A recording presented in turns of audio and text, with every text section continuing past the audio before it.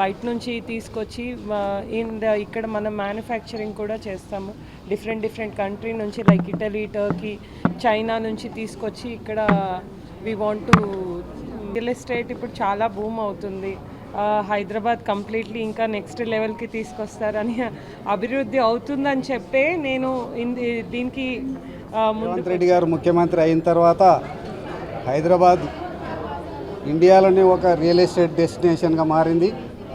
ఇప్పుడు ఇట్లాంటి furniture shops, ఈ సాఫ్ట్వేర్ ఆర్గనైజేషన్స్ అన్నిటి మధ్యలో ఇక్కడ పెట్టడం చాలా సంతోషకరంగా ఉంది. చాలా రీజనబుల్ ప్రైస్తో ప్రతి ఒక్కరికి అందుబాటులో ఉండేటట్టు రేట్స్ కూడా వీళ్ళు చెప్తున్నారు. కాబట్టి అందరికీ అందుబాటులో ఉండే విధంగా ఫర్నిచర్ కూడా చాలా బాగుంది. చాలా క్వాలిటీతో మ్యానుఫ్యాక్చరింగ్ కూడా యూనిట్ ఉందని చెప్తున్నారు.